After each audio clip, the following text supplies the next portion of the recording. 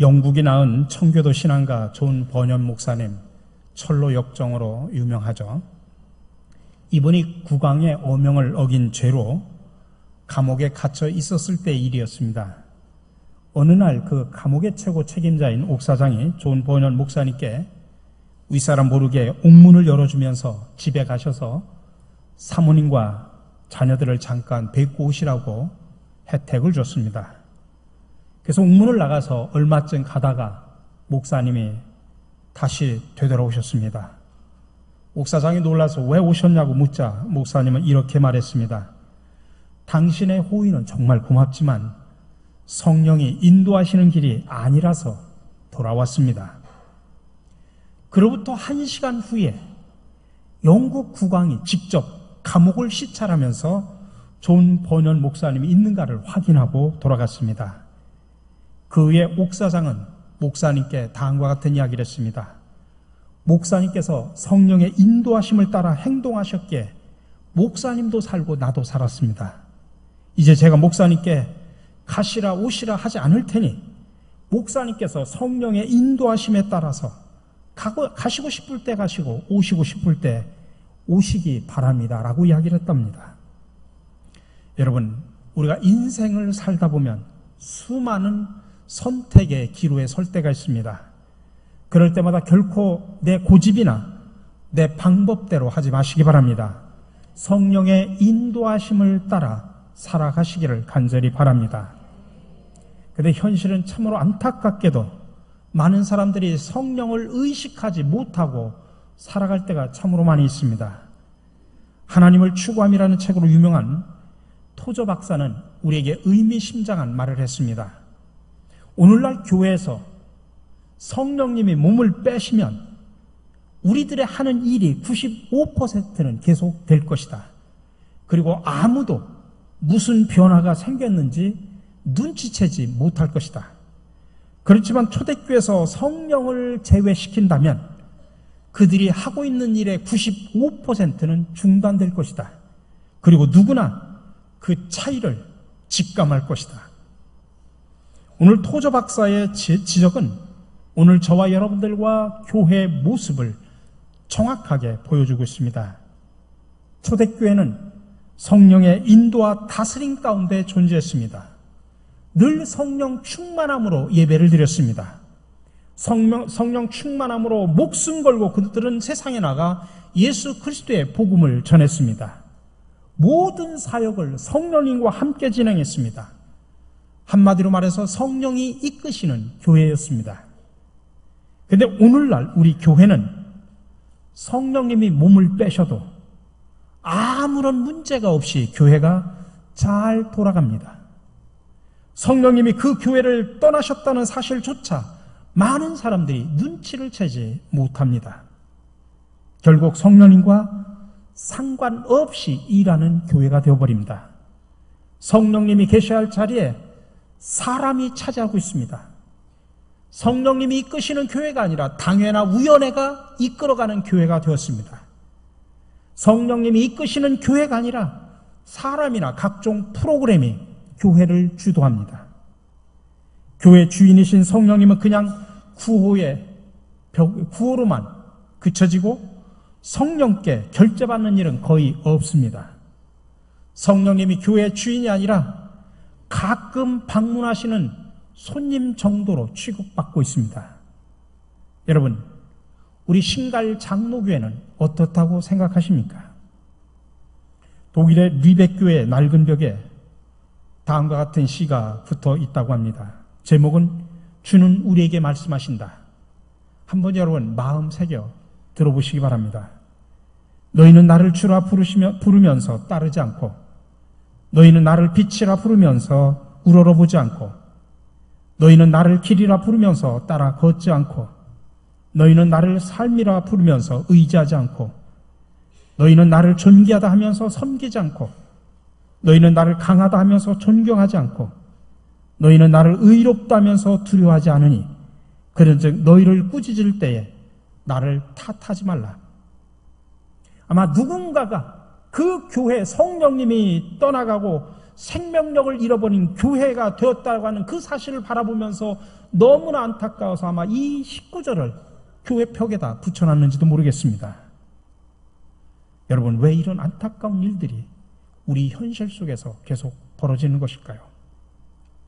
교회는 바로 오순절 마가 다락방에 성령 강림 사건과 함께 출발했습니다. 교회는 성령과 함께 시작했고 성령님의 역사 속에서 놀라운 기적을 체험했습니다. 그러므로 교회 역사는 성령의 역사요, 교회 능력은 바로 성령의 능력이었습니다. 그런데 문제는 오늘날 많은 교회들이 성령의 역사와 능력을 소홀히 취급합니다. 성령님과 무관하게 사역을 하기도 합니다. 성령을 따르지 않고 성령의 인도와 다스림을 받지 못하는 교회는 결국 세상으로부터 비난을 받을 수밖에 없습니다. 오늘날 우리 많은 한국 교회가 세상으로부터 왜 손가락질을 받느냐? 성령을 떠난 사역을 하고 있기 때문에 그렇습니다. 이런 교회는 진정으로 하나님의 나라를 이루어갈 수가 없습니다. 오늘은 교회력으로 성령 강림 주일입니다. 성령의 임재와 다스림 가운데 우리 모두 성령 충만한 성도, 성령의 능력이 나타나는 신갈 장로 교회가 되기를 간절히 기원합니다. 저와 여러분들의 부족함과 연약함을 우리가 솔직하게 고백하면서 오늘 말씀을 통해서 성령의 사람으로 성령의 능력으로 새롭게 변화되는 역사가 일어나기를 간절히 축원합니다. 오늘 본문은 사도 바울이 갈라디아 교인들에게 쓴 편지입니다. 그런데 이 갈라디아서의 전반부는 오직 믿음으로 말미암아 얻는 의와 구원에 대해서 강조를 합니다. 그리고 후반부에서는 복음 안에서 자유함을 얻은 사람들이 어떻게 살아야 되는가, 더 이상 복음 안에서 주어진 자유를 육체의 종로로 타는 기회라고 삼지 말고 사랑으로 서로 종로로 타라고 강조합니다. 그리고 이어서 나온 말씀이 오늘 본문의 이야기입니다. 오늘 본문 전체 말씀의 핵심은 하나입니다. 성령을 따라 행하라는 이야기입니다. 우리가 구원받은 자로서 복음 안에서 자유를 누리는 자로서 정말 바르게 사는 일은 성령을 따라 사는 삶이라고 하는 것입니다. 자, 그렇다면 우리가 어떻게 해야 구체적으로 성령을 따라 살아가는 삶을 살 수 있을까요? 첫 번째로는 육체의 일을 버려야 합니다. 성령을 따라 살아가는 출발점은 바로 우리 안에 있는 그 육체의 일을, 육체의 욕심, 육체의 탐욕, 소욕을 버리는 일부터입니다. 여기에서 육체라고 하는 것은 성령과 반대되는 개념으로 소개하고 있습니다. 오늘 17절의 말씀입니다. 육체의 소욕은 성령을 거스르고 성령은 육체를 거스르나니 이 둘이 서로 대적함으로 너희가 원하는 것을 하지 못하게 하려 함이라. 근데 먼저 우리가 알아야 될 것은 육체에 대해서 두 가지 관점으로 성경에서 말합니다. 첫 번째로는 그냥 우리가 하나님이 창조한 우리 인간의 몸, 자연인으로서 우리의 신체인 육체를 말합니다. 이 몸은 하나님의 영이 거하시는 거룩한 성전입니다. 그렇기 때문에 우리의 육체, 우리의 몸은 귀하게 여겨야 됩니다. 깨끗하게 유지해야 됩니다. 왜요? 우리 몸에 하나님의 영이 거하시는 거룩한 성전이기 때문에 그렇습니다. 또 하나 육체라고 하는 단어를 쓸 때는 사르크스라고 하는 헬라어로 쓰는데 바로 육체 욕심, 육체 소욕 이렇게 번역을 할 수가 있습니다. 하나님을 대적하는 죄에 빠진 인간의 본성을 말하는 겁니다. 근데 오늘 본문에서는 바로 이 사르크스라는 단어를 사용하는 겁니다. 하나님을 떠난 인간의 패역한 모습을 말하는 것입니다. 여러분, 원래 우리 인간은, 저와 여러분은 하나님의 형상으로 지음받았습니다. 하나님의 생기를 불어넣어 주심으로 살아있는 영혼을 소유했습니다. 하나님과 교제하며 하나님께서 만들어주신 에덴 동산에서 축복의 삶을 살도록 창조하셨습니다. 그러나 아담과 하와가 사탄의 유혹을 받습니다. 선악을 알게 하는 나무의 열매는 먹지 말라, 먹으면 죽으리라고 이야기했지만 죄의 유혹에 넘어간 그들의 눈에 선악과는 이제 옛날의 선악과가 아니었습니다. 죄로 인해서 선악과를 바라본 그들의 눈에는 선악과가 하나님이 약속한 선악과가 아니라 다른 모습으로 보이기 시작하는데 그 모습의 특징이 창세기 3장 6절에 나옵니다. 여자가 그 나무를 본즉 먹음직도 하고 보암직도 하고 지혜롭게 할 만큼 탐스럽기도 한 나무인지라. 여자가 그 열매를 따먹고 자기와 함께 있는 남편에게 주매 그도 먹은지라. 사탄의 유혹에 넘어간 순간 선악과는 이제 하나님이 주신 약속의 나무가 아니라 먹음직도 하고 보암직도 하고 지혜롭게 할 만큼 탐스러운 나무로 보여지는 것입니다. 이것이 바로 인간이 최초로 하나님의 명령을 어기고 육체의 욕심을 따라 산 죄악된 인간의 모습입니다. 그래서 결국 하나님과의 관계가 단절이 됐죠. 인간의 모든 고통과 죽음의 그늘 아래 살게 됐죠. 인간은 죄의 종노릇을 하게 됩니다. 하나님을 대적하고 불순종하여 자녀로 진노의 자녀로 전락을 해버립니다. 그런데 이 문제를 해결하러 이 땅에 오신 분이 바로 예수님이십니다. 두 번째 아담이신 예수님은 첫 번째 아담과 똑같은 사탄의 유혹을 받으셨습니다. 마태복음 4장에 보면 예수님은 성령에 이끌려 광야에 나가서 사탄의 유혹을 받는 장면이 나옵니다. 40일을 금식한 예수님께 사탄이 다가와서 유혹합니다. 네가 만일 하나님의 아들이거든 명하여 이 돌들로 떡덩이가 되게 하라. 40일을 금식하니 얼마나 허기집니까? 근데 사방에 굴러다니는 그 돌을 가지고 떡을 만든다면 얼마나 기가 막힌 복음입니까? 근데 거기다가 또 사탄은 예수님의 자존심을 건드립니다. 네가 만일 하나님의 아들이거든. 사실 예수님의 입장에서는 당연하지 않습니까? 하나님의 아들로 이 땅에 오신 분입니다. 근데 네가 정말 하나님의 아들이면 이 돌들로 떡덩이를 만드는 것 식은 죽 먹기 아니냐? 근데 예수님은 그 유혹에 단호하게 거절하십니다. 사람이 떡으로만 살 것이 아니라 하나님의 입으로부터 나오는 모든 말씀으로 살 것이다. 이 사탄의 첫 번째 유혹은 아담이 받았던 먹음직하고라고 하는 그 유혹입니다. 여러분, 그런데 오늘날 우리 모든 사람들이 이 먹음직한 것 때문에 얼마나 많은 유혹을 받습니까? 인간이 죄에 빠지는 대부분은 결국 먹는 문제입니다. 다시 말하면 밥그릇 싸움이죠. 서로 밥그릇 싸움 하다가 죄에 빠지는 경우가 얼마나 많이 있습니까? 이제 사탄은 물러서지 않고 예수님을 다시 성전 꼭대기로 데리고 올라갑니다. 그리고 거기서 뛰어내리면 천사들이 너를 받들어 돌에 부딪히지 않을 것이라고 이야기합니다. 이것 또한 얼마나 멋진 유혹입니까? 사람들이 보는 앞에서 멋지게 높은 곳에서 뛰어내리면 천사들이 사뿐히 받아주는 그 모습을 한번 상상해 보십시오. 이것은 첫 번째 아담이 받았던 보암직하고라고 하는 것에 대한 유혹입니다. 지금도 얼마나 많은 사람들이 좀 폼 좀 잡으며 살려고 하다가 얼마나 많은 죄를 저지릅니까? 보이는 것을 따라 살다가 망하는 경우가 얼마나 많습니까? 그러나 예수님은 그 사탄의 유혹을 또한 물리치십니다. 그러나 사탄은 거기서 포기하지 않고 마지막 히든 카드를 내놓죠. 천하만국과 영광을 다 보여주고 엎드려 나한테 경배하면 이 모든 것을 다 주겠다. 예수님은 산 꼭대기에서 아무도 보지 않는데 절 한 번쯤 하는 거 어렵지 않지 않습니까? 그러나 예수님은 단호하게 말합니다. 오직 하나님만 경배하겠다라고 하면서 단호하게 물리칩니다. 여러분, 이 유혹은 첫 번째 아담이 받았던 지혜롭게 할 만큼 탐스러운지라라고 하는 그 유혹입니다. 오늘날 많은 사람들이 이 유혹에 넘어집니다. 하나님을 경배해야 할 바로 그 자리에 물질을 올려놓습니다. 명예와 권력을 올려놓습니다. 요즘은 자식들이 또 그러한 하나님을 대체하는 우상 숭배입니다.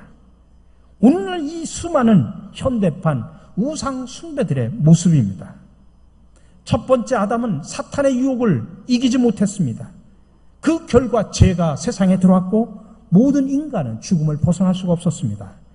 그러나 두 번째 아담이신 예수님은 하나님의 말씀으로 사탄의 유혹을 물리치고 승리하셨습니다.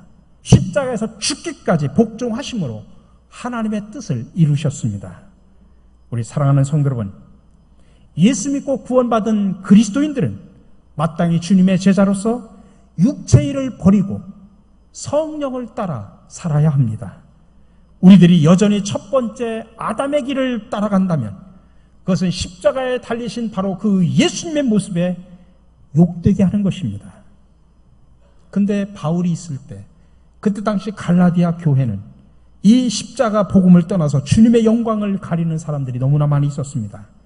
하나님이 주신 그 자유를 육체의 종로로 타는 도구로 잘못 사용했습니다.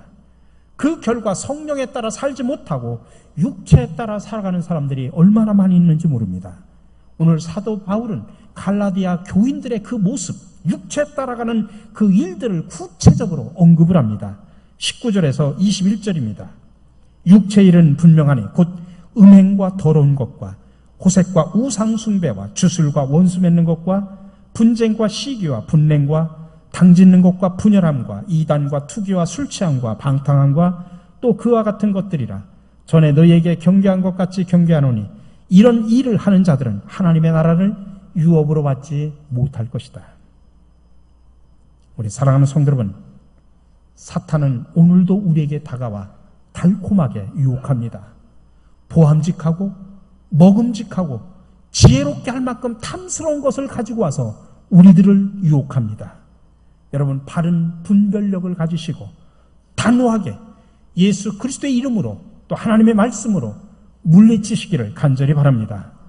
두 번째로, 성령을 따라 살기 위해서는 성령의 열매를 맺어야 합니다. 소극적으로 육체에 따라 살아가는 육체의 열매를 맺지 않는 것도 중요하지만 적극적으로 성령의 열매를 맺는 것이 중요합니다. 우리들이 죄를 짓지 않으려고 소극적으로 막 움츠리는 것보다는 적극적으로 성령의 열매를 맺으며 살아가는 것이 중요하다, 이 말씀입니다. 우리들이 성령의 인도와 다스림 속에 살면 반드시 이런 열매가 자동적으로 맺게 됩니다. 오늘 22절에서 23절입니다. 오직 성령의 열매는 사랑과 희락과 화평과 오래 참음과 자비와 양성과 충성과 온유와 절제니 이 같은 것을 금지할 법이 없느니라. 우리들이 성령 안에 살면 이 열매들, 9가지 열매를 맺게 되고 이것이 바로 그리스도인의 성품이고 또 성숙한 믿음을 가진 자의 모습입니다. 구체적으로 사랑과 희락과 화평은 하나님과의 관계 속에서 맺는 열매고, 오래 참과 자비와 양선은 이웃과의 관계 속에서 맺는 열매, 충성과 온유와 절제는 나 자신 속에서 맺는 열매입니다. 우리들이 성숙해질수록 신앙에 이런 열매들을 맺으며 살게 되는 것입니다. 서든 신학교의 부커 교수의 일화입니다. 그분이 목회를 할 때 한 강사 목사님을 초청해서 예배를 드린 적이 있습니다. 특별히 그 강사 목사님이 오셔서 전도에 대해서 강조하며 설교를 하는데, 전도에 대해서 뭐라고 교인들한테 이야기하냐면, 전도에 대한 은사를 받지 않은 사람들은 전도에 대한 부담감을 가질 필요가 없습니다. 오히려 전도에 대한 은사를 가진 사람들을 위해서 기도를 해 주십시오 라고 설교를 했습니다. 그 이야기를 뒤에서 앉아서 듣던 부커 목사님은 화가 잔뜩 난 겁니다. 아니, 전도를, 은사를 받은 사람만 전도하고 전도에 은사가 없는 사람은 은사 받은 사람을 위해서 기도해줘? 전도는 모든 성도들이 해야 될 사명이고 본분인데 어떻게 저렇게 말씀을 하실까? 너무나 화가 났습니다. 설교가 끝나면 내려오면 당장 그냥 멱살을 잡고 이야기를 하고 싶었습니다. 그러나 그것은 올바른 방법이 아니라고 성령께서 말씀하시는 음성을 듣습니다. 그래서 기도합니다. 어떻게 이 사람에게 다가갈까요? 성령께서 좋은 지혜를 주셨습니다. 이제 부커 목사님이 강사 목사님과 함께 식사를 하는 자리였습니다. 강사 목사님, 혹시 강사 목사님의 스케줄 중에 2주 연속으로 비어있는 그런 주가 있습니까? 그러자 강사 목사님이 또 이 교회에서 나를 2주 연속으로 또 초청을 하려나 보다. 그래가지고 스케줄을 보니까 2주 연속으로 비어있는 날이 있습니다. 그래서 이때 제가 2주 연속으로 빕니다. 왜 그런데요? 사실은 제가 그 2주 연속으로 비어있는 주간에 저를 강사 목사님 교회로 초청을 해 주시기 바랍니다. 그러자 이 강사 목사님이 당황을 하면서 깜짝 놀랍니다. 아니, 저희 교회 오셔서 무엇을 말씀하시려고요? 저는 강사 목사님 교회 가서 제가 2가지 주제를 가지고 설교를 해드리겠습니다. 첫 번째 주일에는 제가 가서 11조와 헌금에 대해서 설교를 해드리겠습니다. 그리고 제가 교인들에게 이렇게 말을 하겠습니다. 여러분, 11조와 헌금에 대한 은사가 없으신 분들은 헌금하지 않으셔도 좋습니다. 그런 은사를 가진 사람들을 위해서 기도만 해주시면 됩니다. 그 다음에 두 번째는 제가 봉사에 관해서 설교하겠습니다. 봉사에 은사가 없는 사람들은 교회에서 봉사 안 하셔도 좋습니다. 그냥 봉사의 은사를 가진 분들을 위해서 기도만 해주십시오. 제가 그렇게 설교를 하려고 합니다. 그러자 강사 목사님은 금방 자기가 설교한 것이 잘못되었구나라고 하는 것을 솔직히 인정을 하고 돌아갔다고 이야기를 하는 것입니다. 여러분, 만약에 부커 목사님께서 화가 난 상태에서 강사의 멱살을 잡고서 당신 설교 그렇게밖에 못합니까? 당신 설교 잘못된 거 아닙니까? 라고 했다고 하면 두 사람의 관계는 아마 악화됐을 것입니다. 그러나 부커 교수는 성령의 지혜와 인도하심을 구했고 성령께서 지혜로운 방법으로 인도를 하셨습니다. 우리가 살아가다 보면 정말 화가 나는 상황이 얼마나 많이 발생하는지 모릅니다. 그런 때 여러분 성령의 지혜를 구하시기 바랍니다. 그래야 우리가 절제와 오래 참음과 사랑과 온유의 열매를 맺을 수 있습니다. 마지막으로 우리가 성령을 따라 행하기 위해서는 하나님의 영광을 구하는 삶을 살아야 됩니다. 성령을 따라 행하는 삶은 결코 헛된 영광을 구하지 않습니다. 이 세상의 많은 사람들을 보십시오. 대부분 육신의 지배를 받습니다. 결과 세상의 명예나 재물이나 권력을 추구하며 삽니다. 결국 자신의 영광을 구하는 삶을 삽니다. 그러나 저와 여러분들은 나의 영광이 아닌 하나님의 영광을 추구하는 자들이 바로 그리스도인입니다. 그래서 우리는 먹든지 마시든지 무엇을 하든지 다 하나님의 영광을 위해서 살기로 작정한 사람들입니다. 그것을 사도 바울은 갈라디아서 2장 20절에서 이렇게 강조를 합니다. 내가 그리스도와 함께 십자가에 못 박혔나니 그런즉 이제는 내가 사는 것이 아니요 오직 내 안에 그리스도께서 사시는 것이라. 이제 내가 육체 가운데 사는 것은 나를 사랑하사 나를 위하여 자기 자신을 버리신 하나님의 아들을 믿는 믿음 안에서 사는 것이라.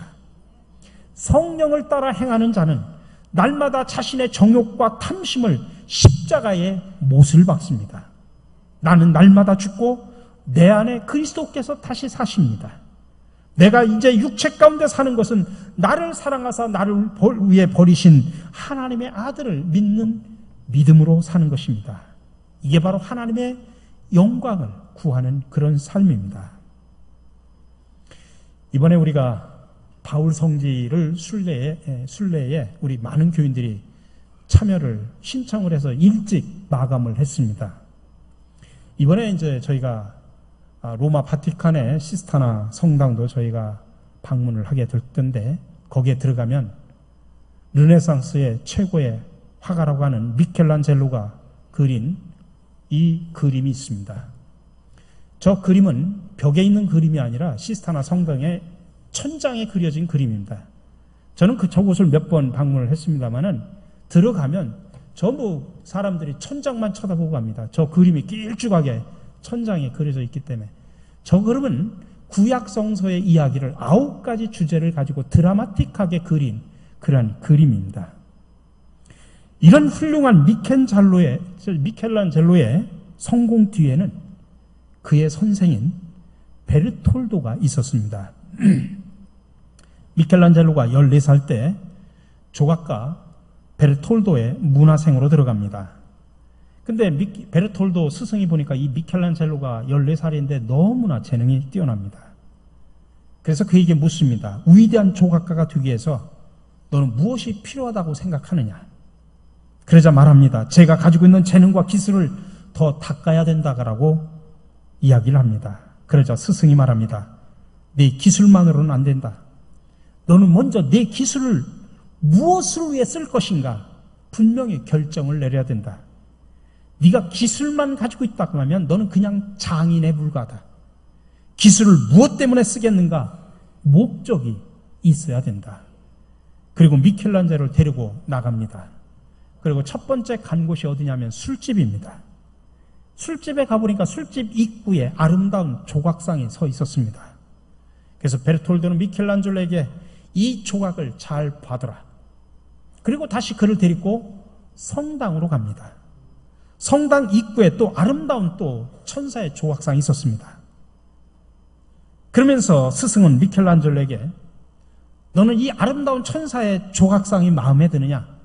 아니면 아까 술집에서 봤던 그 조각상이 마음에 드느냐?